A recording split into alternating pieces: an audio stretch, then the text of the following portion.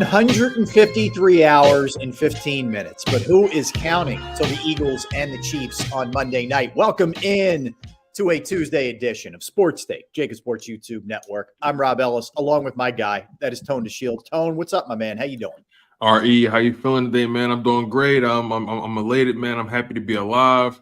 Another day to go after it, man. So I feel good. You know, I look good. You know what I mean? That's all that matters, man. That's all that matters. You don't say so yourself. I love it. Yes, it's great. I feel the same way, brother. Let's go, man. Another day above ground. Let's do it. We got Tampa Eagle. We got Jim G. What's up, Brandon? What's up, Jeremy? Mr. Taz. What is up, Cody's? James, Nathan, Tyler, fact checker, Vince. Hope everybody's doing well. Reyes, what's up, guys? Howdy, Bry Guy. How we doing? Top of the morning. Hope everybody's doing well out there. We're thrilled to be with you. Got a big one today. Nafeez, what's up, man? That's correct, Nafeez. Both the Sixers and the Eagles, first time in their history, Tone, are 8-1. How about that? 8-1 first time. What are the odds of that ever happening again? Probably not going to happen. It's really hard for the football team to be 8-1. And so I think that's the lesson to be learned from that. But listen to this show. 11:30, Jeff McClain from the Philadelphia Inquirer is going to be joining us. 12:30, Keith Pompey, also from the Philadelphia Inquirer. So we'll obviously talk a lot of Eagles and Chiefs with Jeff, who had a very interesting piece. Now, here's the thing, Tone. We know that Andy Reid is probably, arguably, the GOAT of coming off the bye in terms of success, correct? That's true. You'd think it'd be a little bit strange for the guy that he's playing, Nick Sirianni, to reach out to him during the bye week. But maybe that happened. We'll dig into that with Jeff McClain. Yeah. Really? Interesting. And then so much to get to with Keith Pompey with the way that this Sixers team has started, the 8-1. How about Joel Embiid gets the player of the week? I thought his running mate might get it. Right, Tyrese exactly. With that 50 piece with a side of fries, you know what I mean? Yeah, but it's the thing is, lost in the Maxey mania, Embiid's averaging 32 and almost 12 per game, and not to mention more than 2 blocks per game. So he's holding it down on his own as well. So that's a good problem to have when you're thinking 2 different Sixers should have gotten player of the week. So that's we get 2 heavy hitters today to talk a lot about, man. It's gonna be fun. Absolutely, man. You know, it's so funny. These Sixers, man. You know, we've been talking about it for the past couple of weeks. Like they've just become a fun team to watch at this point. Oh yeah, and it's no surprise that it's coming from Tyrese Maxey. You know, he just has this lightness, this air about the way he plays, and every play, no matter good or bad, the kid is always smiling, man. And I can appreciate that. I can generally appreciate that, man. And if he continues on this trajectory, and the good thing about a basketball season is, you know, it's 82 games, and you're able to really see a guy slowly develop, and you start to really get a sense for, the trends in terms of his game, man. So far, so good when it comes to Tyrese Maxey. If he can find a way to maintain this level of production, which I think he can because of the opportunities he's going to be given in that Nick Nurse offense, who knows how far this Sixers team can go? I mean, they're still filling some guys out as far as the role players. We really don't know what the ceiling is for this new look Sixers team, but I'm optimistic. But you're right. And the really cool thing is, if you really like what you have now, you can just kind of let it ride a little bit, at least until you get really close to the trade deadline. And even then, you may not have to do anything really drastic. Let it ride. If not, you got a lot of pieces that are attractive. You got guys with expiring contracts. You got first rounders now in your back pocket.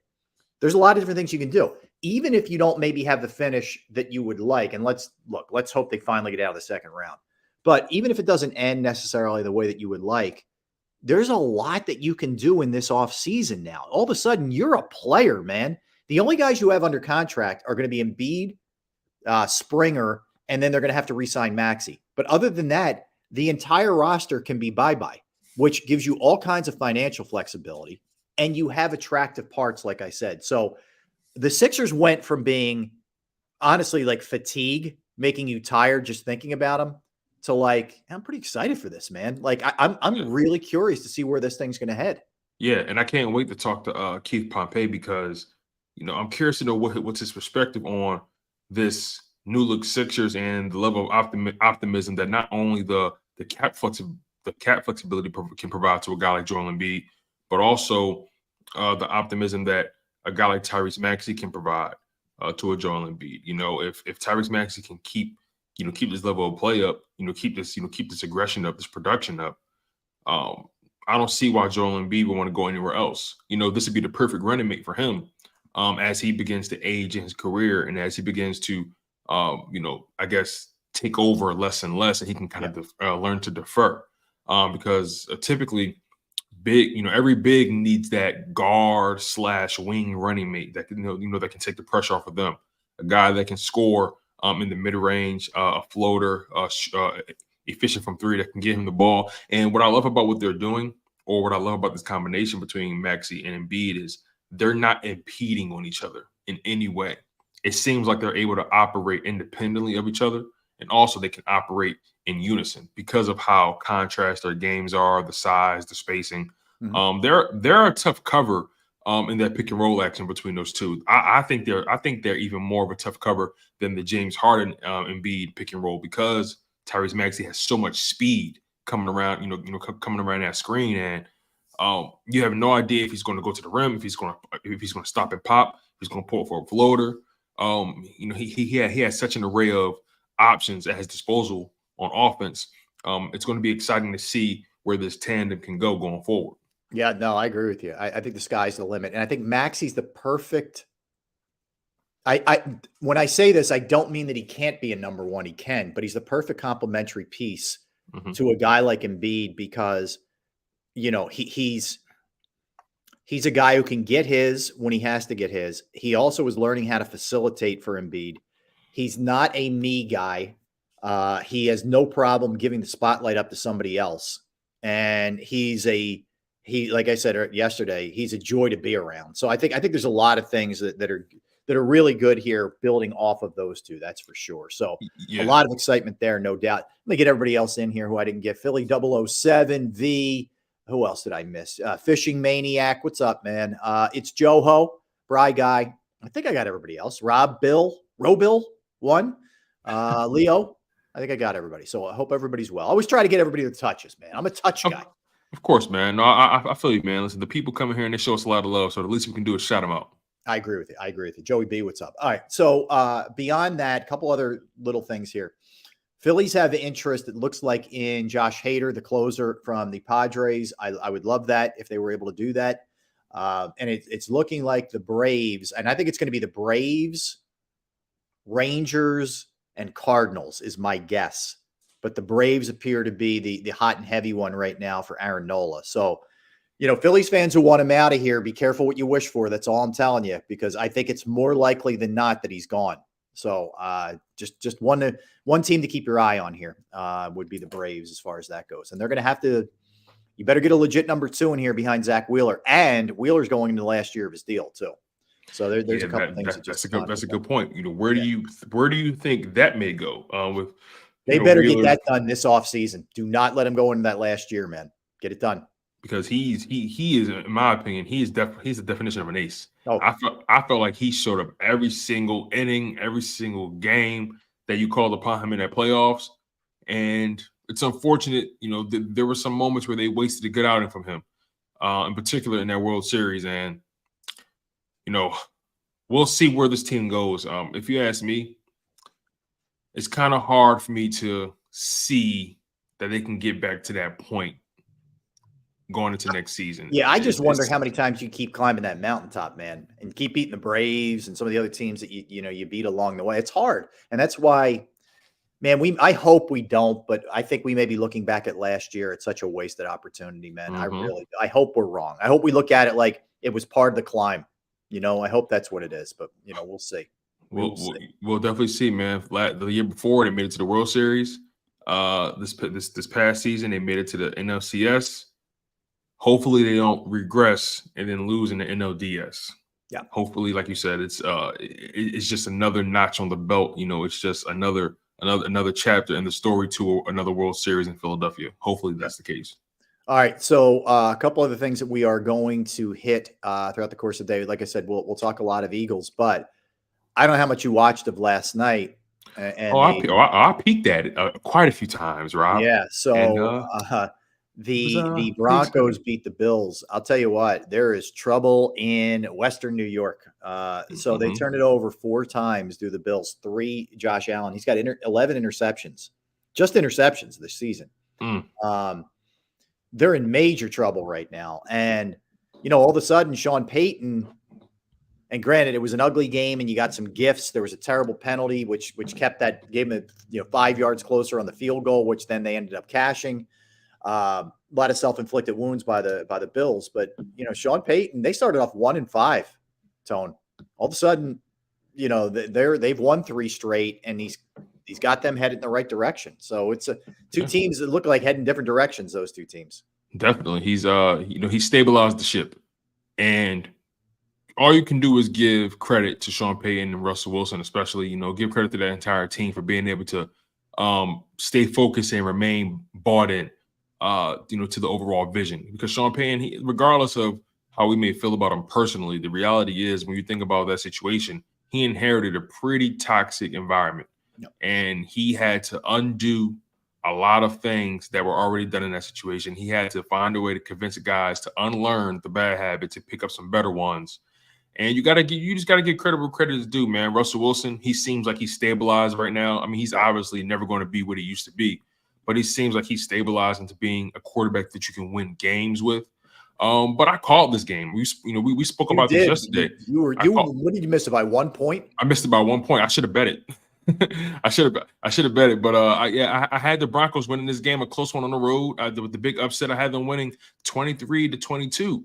And they ended up, no, I'm sorry. I think I had them winning 24-23. I think it was. It was one or the other, but I had them winning by 1 point. Okay. And lo and behold, it came to fruition for the most part. I mean, they won by 2 points, but damn it, if that doesn't look like a mirror image of my prediction, I don't know what does. So I just lost faith in this Bills team a long time ago. I felt like that loss to the Bengals at home last year in the playoffs. I strongly believed that would follow them coming into this season. I didn't like what I saw, and it just seems like they've been so fatigued by the way they've gotten knocked out of the playoffs. I mean, ever since that loss to Patrick Mahomes and that what was it, the conference game or a divisional round? I can't remember. Yeah, it was the divisional round, right? Conference game. Okay, I thought they ended up playing the Bengals. Oh, no! I'm thinking Bengals were it was divisional. Yeah, it was divisional because the following round, the Chiefs lost to the Bengals. Yep.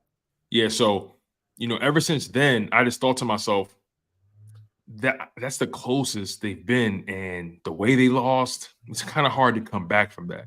Yeah. And last season they were pretty dominant throughout the season. They started off hot, kind of tapered off, and kind of treaded water and made it to the playoffs. And I saw how much they got pushed by the Dolphins without a starting or a second string quarterback. They were pushed by the third string Miami Dolphins quarterback. That was Mike McDaniel's first year as the head coach. And then they still won the game barely, but then they get knocked out by a Bengals team in their own place in a blizzard, which is supposed to be the Buffalo Bills kind of style of football. And I don't know. I just lost faith in his team. I like Josh Allen, but there's something off about him right now, something off about the team, the coaching. They are what their record says they are. They're Dr. Jekyll and Mr. Hyde. They win some, they lose some. We have no idea if they're going to live to fight another day, though. I got you. All right, Eagles question of the day for you. Normally when we do this, we just look at the NFC. We say, okay, who's the team that you have the greatest fear? Is it San Francisco? Is it Dallas? Is it Detroit? Is it fill in the blank in the NFC? Mm-hmm. I'm going to open this thing up to the AFC too. Okay, which means the Chiefs who they're playing this week, which means whoever you want to throw in there. You want to throw the Ravens in there, even though they had a bit of a setback this past week. You can throw them in there. You want to throw the Eagles beat Miami. Whoever you want to throw in there. Okay, so Cincinnati, Pittsburgh, Cleveland, whatever.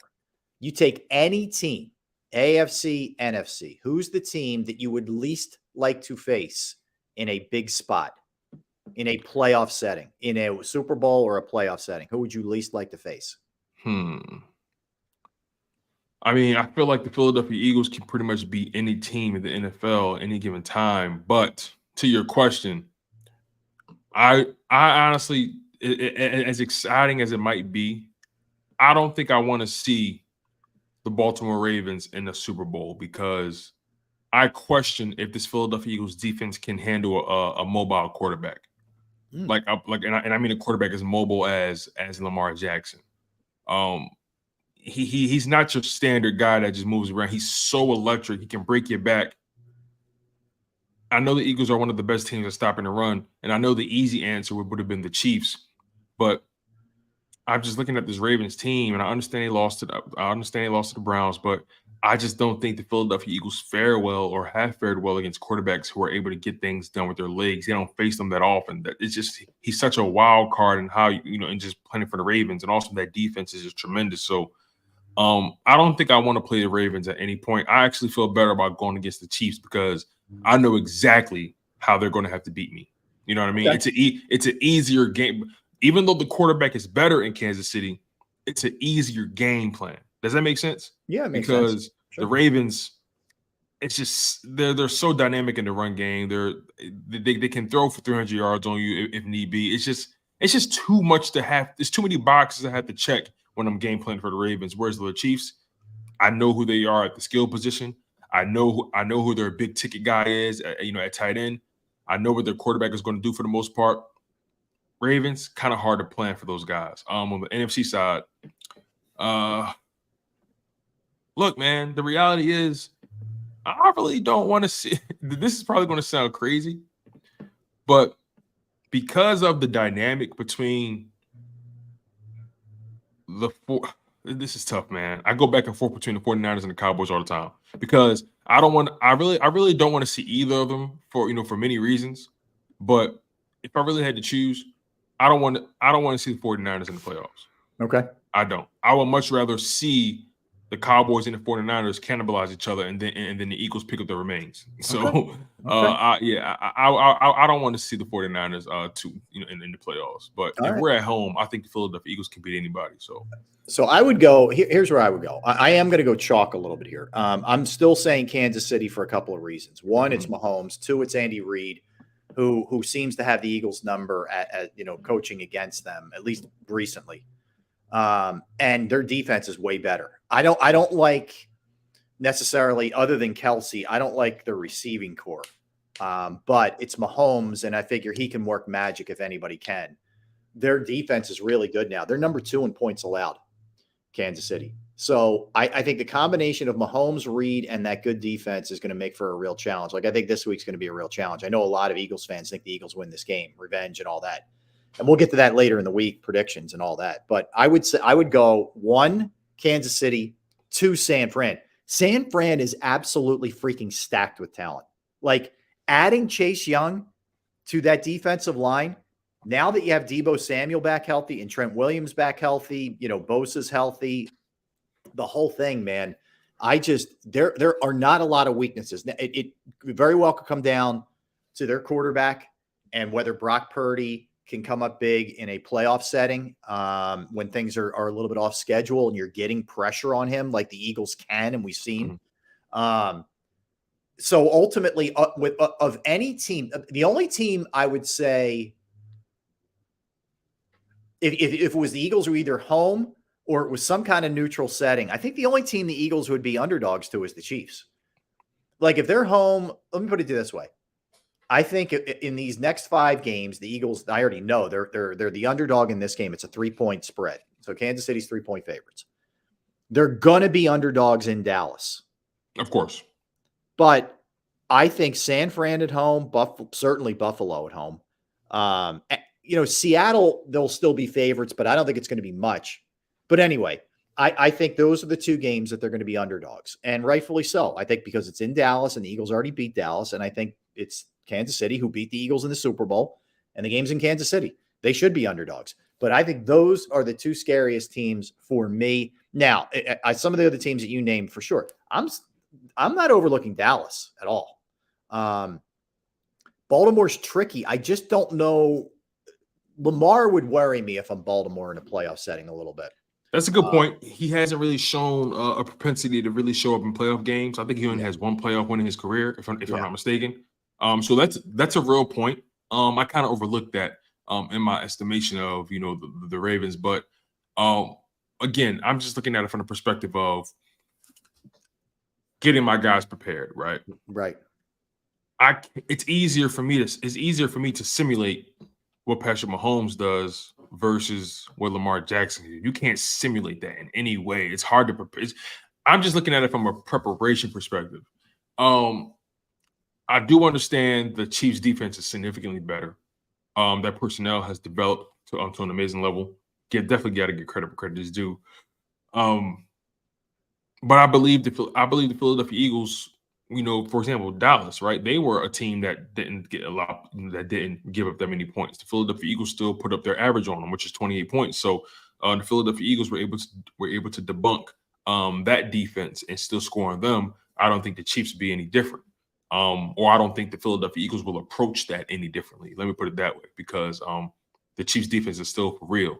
I just have more faith in the Eagles offense than I do the Chiefs defense. Mm-hmm. But I don't have too much faith in the Eagles defense in certain situations. And I don't know, when you play a guy like Lamar Jackson, it requires a different level of discipline right now, a different level of speed. And this Eagles defense does not have too much speed on it.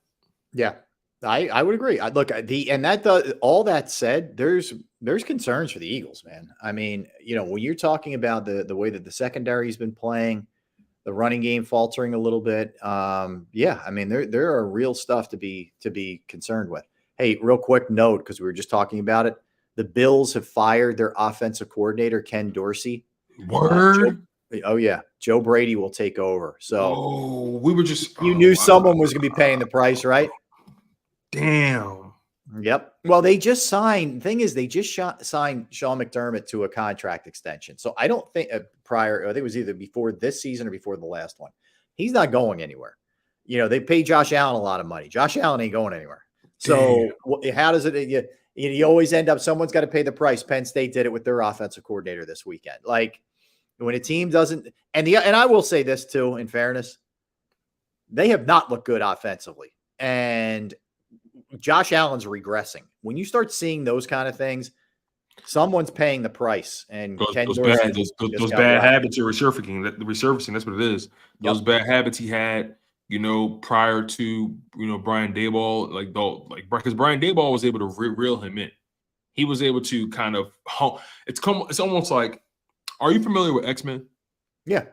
So when Cyclops first got his powers, he couldn't control them. Every time he opens his eyes, the beams just shoot out, and it's so much power, so much kinetic energy just shooting all over the place. He can't control it. Yeah. But then he met Professor X, and Professor X developed a technology that was able to allow him to focus the beam into an isolated optic, a Cyclops, so to speak.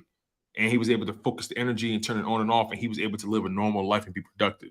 Yep. That's kind of what Brian Daboll was to Josh Allen. He was the professor. He was the Professor X to his Cyclops. He met a young man who had all this talent, all this ability. He just needed to know how to focus it. And that's what Brian Daboll did for Josh Allen. Then he met Ken Dorsey, and all of a sudden, Professor X turned into Magneto. And now it's just carnage. You know what I mean? Just unacquitted power. You know what I mean? And with great power comes great responsibility, man. And Josh Allen right now, he's off the hinges. Yeah, and hopefully that guy Joe Brady can can become his Professor X again and help develop that new technology so he can hone that power again. Yeah, no question. All right, let's get a timeout. Let's come back. We'll dig a little bit deeper into all of these things, in particular the bye week angle with Andy Reid, who is so good, and Nick Sirianni seeking out knowledge, how to have his team be ready to roll after the bye. But we'll certainly get into Kansas City, what they are. Look back at the Eagles' first half with Jeff McClain in the 12 o'clock hour tone. We'll get pretty heavy into looking back at Super Bowl 57. Now, we're not doing this just to hurt people. Well, I'll admit, when you first brought the topic up, I thought to myself, is he trying to hurt me? I really thought that. Honestly, no, what I'm trying to do, first, I'm going to jog memories a little bit. Then I'm going to show you these teams are a lot different than they were last year. Some good ways, some bad ways. So we'll get into it. We'll tackle all those kind of things when we come back. Don't go anywhere. That's Tony Shields. I'm Rob Ellis. We are Sports Take, JAKIB Sports YouTube Network. We're talking about Bravo Pizza of Havertown, of course. Bravo Pizza of Havertown. I'm thrilled that they're part. I'll give you an example of how good Alex and the folks there are. So Alex this morning texted me, said, "Hey, I know Derek Gunn's going through a little bit of some trouble here. He's having some tough times. What can I do to help? You want us to have a fundraiser at Bravo?" Unsolicited. I didn't reach out to him. I didn't talk to him about it. He reached out to me, and that's the first thing that's on his mind. So that tells you a lot about Bravo Pizza of Havertown. They're family owned since 1985. They have 20 different styles of pizza daily. They have slices to go. They have the specialized pizza, however you want it, they'll make it. Not just pizza, though. They have fresh pasta, sandwiches, wraps, wings, salads. And as I just mentioned, Bravo Pizza is also committed to the community. They have fundraisers for charity schools, for Little Leagues, someone who needs a little help.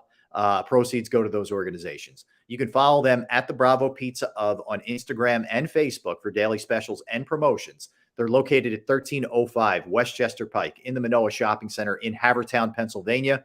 That is 1305 Westchester Pike, Manoa Shopping Center in Havertown. Give them a call right now, 610-446-3810, 610-446-3810, Bravo Pizza of Havertown.